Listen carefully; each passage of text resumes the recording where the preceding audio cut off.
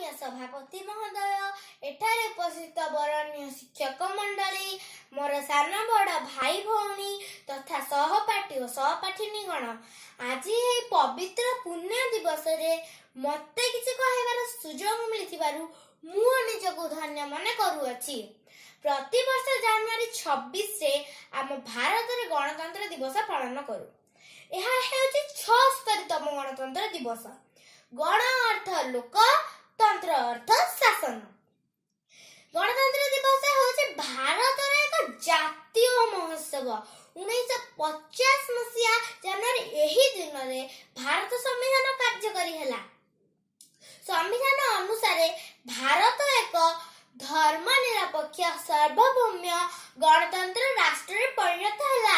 ସେଥିପାଇଁ ପୂର୍ଣ୍ଣ ଉତ୍ସାହ ଏବଂ ଆନନ୍ଦର ସହ ବିଦ୍ୟାଳୟ, କଲେଜ ଓ ସରକାରୀ ଅଫିସ ମାନଙ୍କରେ ଜାତୀୟ ସଙ୍ଗୀତ ଗାନ କରି ଗଣତନ୍ତ୍ର ଦିବସ ପାଳନ କରାଯାଏ।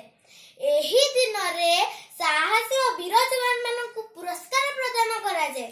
ଆମେ ସମସ୍ତେ ଆମ ସ୍ୱାଧୀନତା ସଂଗ୍ରାମୀ ମାନଙ୍କୁ ସମ୍ମାନ ଦେବା ଜରୁରୀ।